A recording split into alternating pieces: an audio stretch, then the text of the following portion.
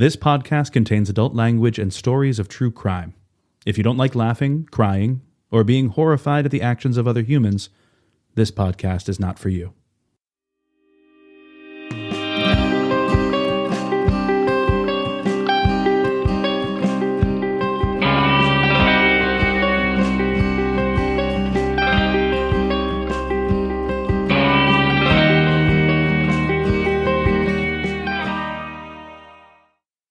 Listeners, welcome to our 28th listener short stack. Wow. 28 of these little pancake babies.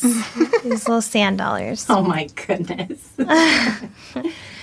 We're happy you're here. If this is your first listener short stack, this is where we read you what you've written to us. Sometimes we also give you updates because of Google notifications that we've set on cases. Sometimes we correct mistakes that we've made. It's a catch-all. And in season 4, episode 9, part 1, I had the televangelist bomber segment, and in a sentence I was talking about one of the people that they thought did it, and then I mentioned also this other man named Richard Jewell. And for a while they thought he did it, and then the sentence I constructed was not great, and I'm talking about Eric Rudolph, the other guy, and all of his Eric Rudolph. Thank you. And how he was like not great and didn't like a lot of groups of people. But that I can hear how that was misconstrued for me saying that about Richard Jewell. So I know that Richard Jewell was not actually a bomber, and there's also a show out right now called Manhunt, which if you haven't seen Manhunt Unabomber, you need to. And then I'm excited to watch this Manhunt about the Olympic Park bombing, which I don't know what they are calling it right now because I haven't started watching it. But you both watched Manhunt Unabomber, right? No. You didn't? No. Are you serious? Yeah. I don't know why you're so hell? surprised by that. I'm not surprised about you, Carlin, but I'm surprised about you, Allison. I haven't my heard gosh, about it it's until everybody started great. writing to us about Richard Jewell. It is so great, but this new Manhunt is called Deadly Games. Anyway, my apologies. If you are just downloading that episode now, you won't hear it because we took it out because it was too confusing. Okay, and then some other housekeeping stuff. Thomas G., who recommended our September nonprofit, which was the Wild Bird Fund based in New York, told us that the Wild Bird Fund has recently put out a call for donations of newspapers for lining cages and such due to a recent surge in window collision patients.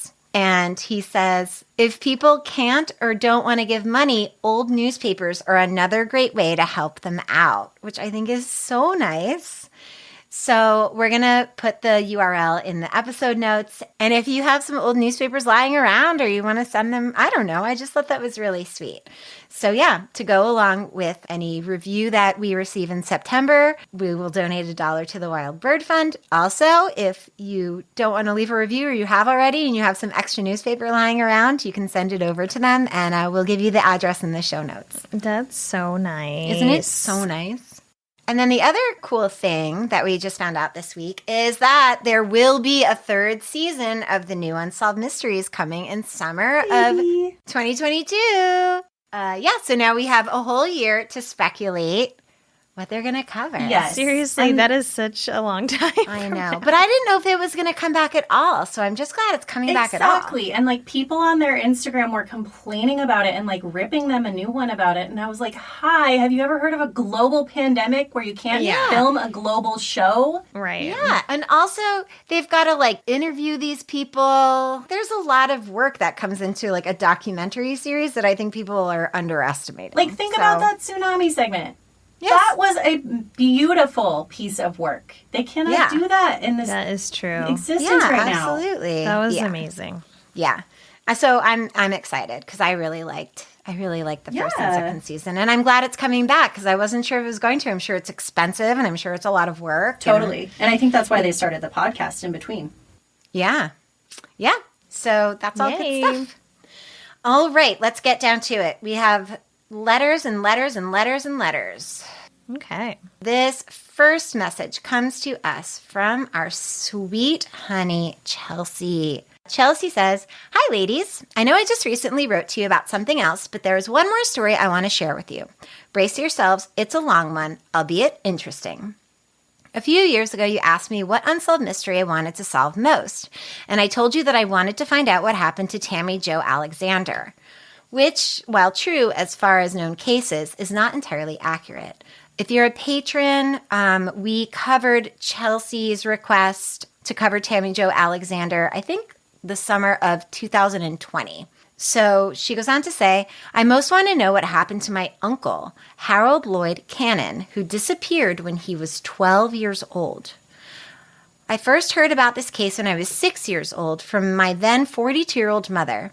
She only had one photo of him, which I found while flipping through one of my mom's carefully curated family photo albums. You see, both of my mother's father passed away several years before I was born, with her mother passing when I was a year old. My mom has always spoken highly of her father, who had several other children with his deceased first wife, including Harold. Her mother was extremely abusive, though. She eventually kicked my mom out of the house at 16. Because of my mother's abusiveness, my mother was estranged from the older children, and I don't have any contact with them. When my mom first told me of Harold, I had asked if he liked us, or if he was like her older brothers and sister. She then explained to me that he went missing at 12, 3.5 years before she was born. I then asked if they ever looked for him, and she said no. Quote, would you ever look for me if I went missing? Yes. Promise? Promise. I never fully understood why they never contacted the police or searched for him, but I knew that in that moment I wanted to be the one to figure out what happened to him. Even if it took me the rest of my life, I would try forever. Oh, Chelsea. Last year, my mom got really into genealogy, and I asked her to send me all of the information she had on Harold, and we talked at length about what she knew of the circumstances leading up to his disappearance. When my grandfather's first wife died, he was not allowed to keep his children as a single parent, so the children were split up and sent to live with relatives. Harold was sent to live with his maternal aunt and uncle in Indiana. He lived nearby his brother, John Schultz, which was his adoptive family's last name. Although they did not live together, they did 4-H activities together. The last time he was seen by any family members was January of 1950. Although my grandfather believed that he was adopted and moved out of the area, living to adulthood, his brothers, John and Chuck, believed that he was killed by the uncle that he was sent to live with. Oh, gosh. Given the fact that this occurred 70 years ago and spans Ohio and Indiana, I have little hope of figuring this out myself or finding someone with the resources or desire to help me. But I'm willing to do what I can and would appreciate any help absolutely anyone could provide. I will be sending you all of the information that my mom sent me. It's not much, but if you want to look it over, you can. I just want someone else to care about this little boy. He deserved more than he got. Yours in love and mystery, Chelsea S. Oh my Chelsea. gosh. And I do have to say, true to Chelsea's form, she sent us a dossier. Oh my gosh. Girl loves a dossier. Which is exactly what she did when she asked us to cover Tammy Jo Alexander. She essentially just sent me all of the research and prepared a PowerPoint presentation for me. Oh my gosh, a queen. So Chelsea, we're going to look into this, and I think we're going to put these images up on our drive, and we can share those links in the episode notes as well. And if people are interested in looking into the case, they absolutely can. And thank you. It's always amazing to hear from you, and we hope that you're doing great. Yeah.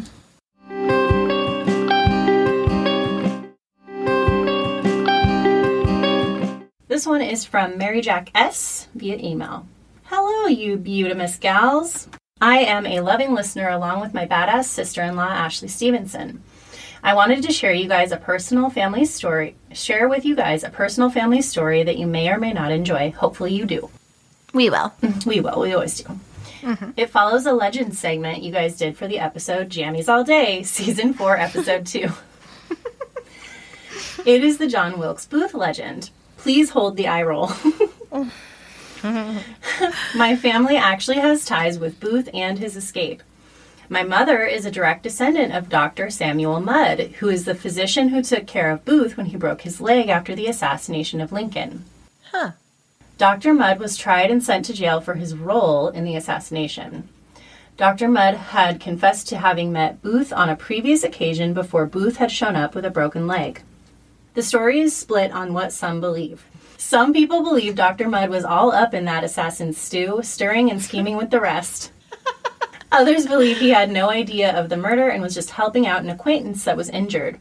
But either way, Dr. Mudd was eventually pardoned by Andrew Johnson for his life-saving work during a yellow fever epidemic in the prison. He was eventually pardoned in 1869 after curing the prison he was in of yellow fever. He then returned to Bryantown, Maryland, to the Mudd family plantation, continued his practice, and to live out his days. He died at the age of 49 of pneumonia. Wow. Funny side note, the saying, "My name is Mudd," is an old term for someone who is distrustful. Oh, wow. It was an old saying that resurfaced because of Dr. Mudd and his role in all that mess. Oh, my gosh. Way to go, great. Some more great uncle. Just a bit of family history that is interesting but also a bit embarrassing. You awesome sweeties, keep on doing what you're doing. You guys are my travel buddies to and from work. You keep me laughing when my days are super stressful at my job. Thank you for what you do. Ever so sincerely, Mary Jack S. Ah. P.S. Another Southern term for a grandmother is Mamaw. Sounds like Mamaw. Oh, okay. Sounds like Mamaw depending who is talking. Oh my gosh, how are you ever going to keep these straight? Well, I'm going to the South really soon and I got to learn who to address and how. You don't want to do... You just be yourself. They'll call you out. Otherwise. Also, the people that I'm going there to see are from Jersey, so it's fine. Yeah.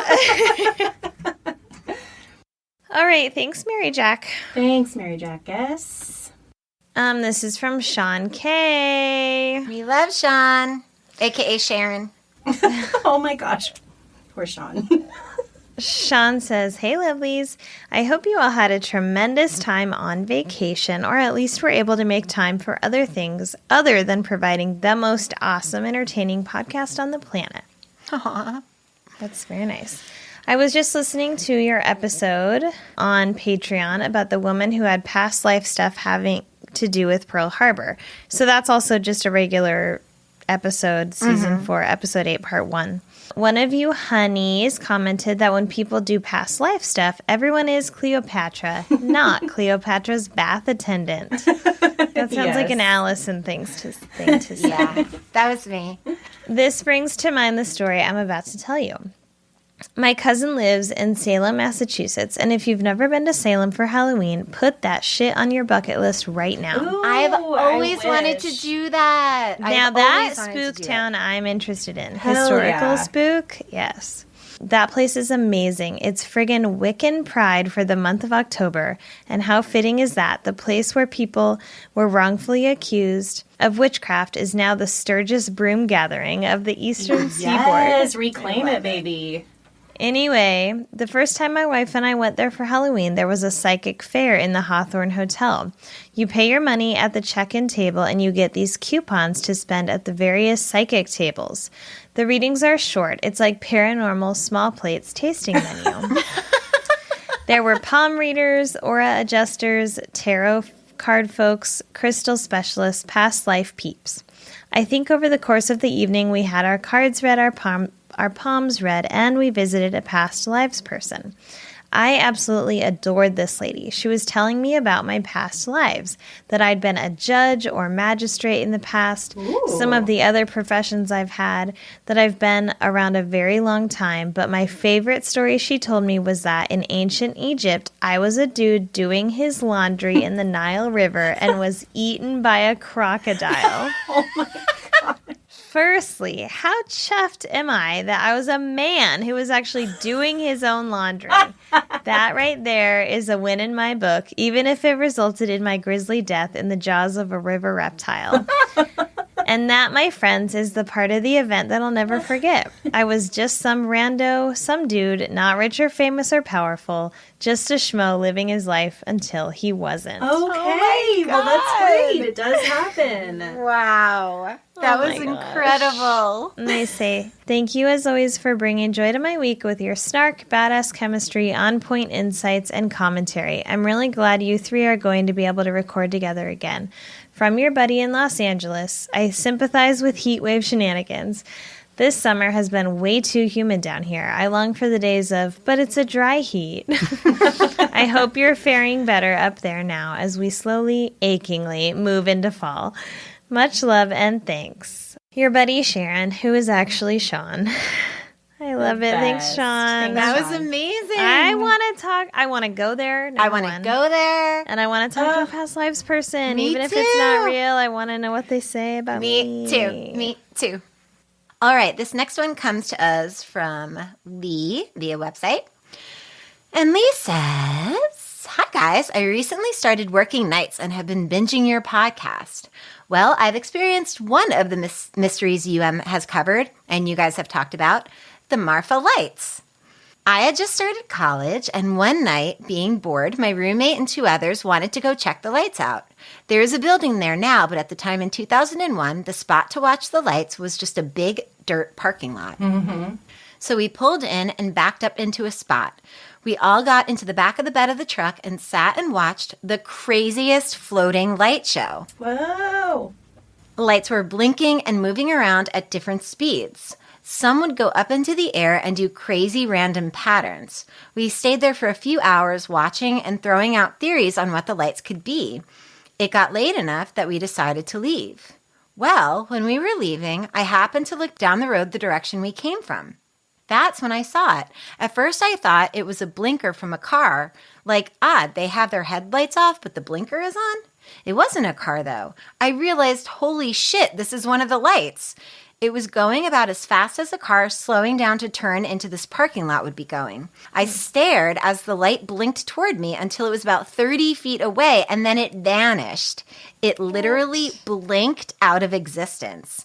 I said out loud, did anyone else just see that? My roommate said that he saw it too. We both couldn't believe what we had just seen. I've been back a few times to check out the lights, but they were never like the way they were that night. Keep up the fine work. Lee. P.S. If you use this on a listener short stack, will you email me the episode it's on? Absolutely, Lee.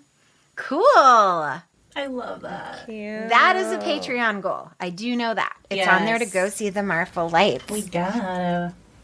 Okay. Ooh, this is from an anonymous person. Ooh. Mysterious. They submitted it on our website. Okay, and the message says, okay, buckle up. This is going to make you grind your teeth down to tiny nubs. Ew. Okay. I live in Australia and love your podcast so much I can't even. Oh my gosh. Tom Keir was 24 when he met 15-year-old Jean. Tom looks like a fucking Muppet with the biggest monobrow you will ever see. Oh my gosh, do they call it a monobrow over there? Oh, makes sense. Jean told everyone she thought he was ugly. He basically stalked her, went to her house every day asking her dad if he can date Jean. Her dad said no a bunch of times until he finally said, okay, you can date her if you buy me a case of beer every week. No. So dick bitch number 1 sold his daughter to a pedophile for beer. Come on, Dad, for fuck's sake. Seriously. After a few years, they got married and had a baby. Tom was a jealous, abusive scumbag. He would legit cut photos that Jean was in if her legs were showing, and he made her mother sew bits of fabric onto her swimming costume to hide her boobs and legs in case someone saw them. Ew. He would make fucked up comments about her to his friends in front of her. He would beat her for any reason. If she had a bath with the baby, beating. If his dinner was cold, beating. If she hung out with her cousins or hugged her sister, anything. He would threaten to chop her up and feed her to his greyhounds all the time. Ew. Absolute skid mark of a man. Her baby son was her entire life. She loved him. Everyone around her said she was a fantastic, super loving mother. Jean got a job to support her family because Tom was not only a pickled walnut, he also had no job. At work, Jean met a man who didn't beat the absolute shit out of her. She went to stay with her cousins for a night, and Tom tracked her down and dragged her back to his car by the hair, kicking and screaming. Many people witnessed this. Not a single person helped her. Oh my God. She had an affair with this guy from work, and Tom found out. Not long after this, Jean, quote, ran away to, quote, be with her man. Her mom filed a missing persons report, but the police also didn't give a fuck, so they believed Tom. They believed that a committed, doting mother left her cherished son for that jealous, controlling husband. Just let her go. I hope they can't sleep at night. Tom went to the Philippines to attend the funeral her family arranged over there. While there, he met Jean's 19-year-old cousin, Rosalie. This poor girl was so sheltered and naive. She was from a small village. He charmed her with his disgusting eyebrow or something and convinced her to come to Australia, be his wife, and raise his son for him. Probably told her he was a rich man and that she'd be living the high life. So Tom didn't give up his scum behavior. His neighbors said that there was always yelling and screaming in the house, and not long after she came here, she started fading like Jean did. She lost weight, she was constantly covered in bruises, and she wasn't allowed to do anything or see anyone. Oh my God. One day when his son was 3, Rosalie was found strangled in her bed, and someone had set the house on fire. Yep, this Muppet, quote, lost 2 wives. He was at the house 10 minutes before the neighbor noticed smoke coming from the house. He was acquitted of murder as he somehow convinced people that Rosalie was murdered by someone else while he was at the shop. Yep, you can murder your wife, set her body on fire, while your son sits in the car, and then you can just walk away. Oh my God. Everyone knows he killed Rosalie, but he's just okay to go do his dick bitch shit free. The detective was interviewing neighbors, and Tom's next-door neighbor said he was always burying shit in the backyard. Barrels, concrete blocks, car panels. Oh my God. I wish he would have just buried himself. The cops interviewed a lady who rented the house after he moved out, and she said that her German Shepherd would frequently come home from under her house chewing bones that she had not given to him. Ew, what? No. Why is nobody searching that house? I have many questions, and all of them are what the fuck. This is Seriously? like teacher's pet. Yes. Cops excavated under the house and found 7 bones belonging to Jean. He was charged with murder and served 16 years. He was released in 2019 and got a job. He still refuses to show any remorse or accept responsibility for either murders and has since been showing stalker asshole behavior already. Of course. There's a book co-written by the detective about this called 7 Bones. The detective is also a red flag waving dick bitch, and the book is a bit gross, but he did catch the guy. Oof. That's yikes. Wow. And then they provided us with a link. And then it says, this is the latest update from Tom Muppet Keir. He told his son that his mom abandoned him and he wouldn't let his son attend her funeral. His family believes he is innocent. Oh, God. These pieces of shit don't develop on their own. This entitled waste of oxygen was allowed and encouraged to be this way. All his shitty behavior was boys will be boys. Quote, you know Tom had a temper, explained away, and he got away with his violence behavior. Oh my God. This guy is evil, and I guarantee we'll hear from him again, sadly. Turns out you can straight out murder 2 wives, stalk another woman, and still be a free man. Thanks, I hate it. Thank you for your amazing podcast and all the work you put into it. Much love, H. Wow. Oh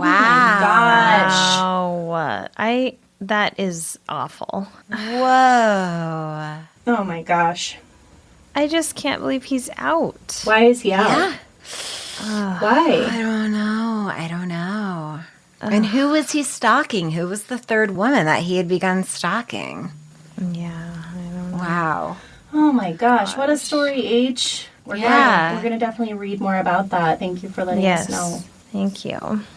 Thanks, everyone. Yeah, thanks, everyone. It's so great to hear from you guys. We really enjoy making these. So if you would like to send us your stories for a listener short stack, in the month of October, we're going to try to collect some spooky stories. So if you want to send us some spooky stories about ghosts or, I don't know, creepy shit or whatever, if you want to tell us some ghost stories for the month of October, send them our way and we'll make a little spooky listener short stack for next month. Yes. 2 out of 3 of us would love to do that. One of us is non-spooky, but whatever. 2 out of 3 of us. So that means that majority rules and spooky it is. You're right, and I'll survive. So if you want to send us some good spook stories, you can send them to us on Instagram at Resolved Mysteries Podcast or Facebook and Twitter at Resolve the Pod. Or you can also contact us at resolvedmysteriespodcast.com, resolvedmysteriespodcast@gmail.com, or our P.O. Box 14005, Portland, Oregon 97293. If you subscribe to our Patreon at patreon.com/resolvedmysteriespodcast, you would get this listener short stack as early access. You'll get it early and ad-free. You'll also get some goodies in the mail. Another way to support the show is to give us a rating or review, or subscribe wherever you get your podcasts. And if you like us, leave a 5-star review and tell a friend. For every review we receive, we're going to donate $1 to an organization. And this month's organization is the Wild Bird Fund. And that's it. We love you. We love hearing from you. Thanks for sharing your stories with us. And we'll see you next week. See you when we see you. Yeah. See you later. Goodbye. Bye now. Goodbye.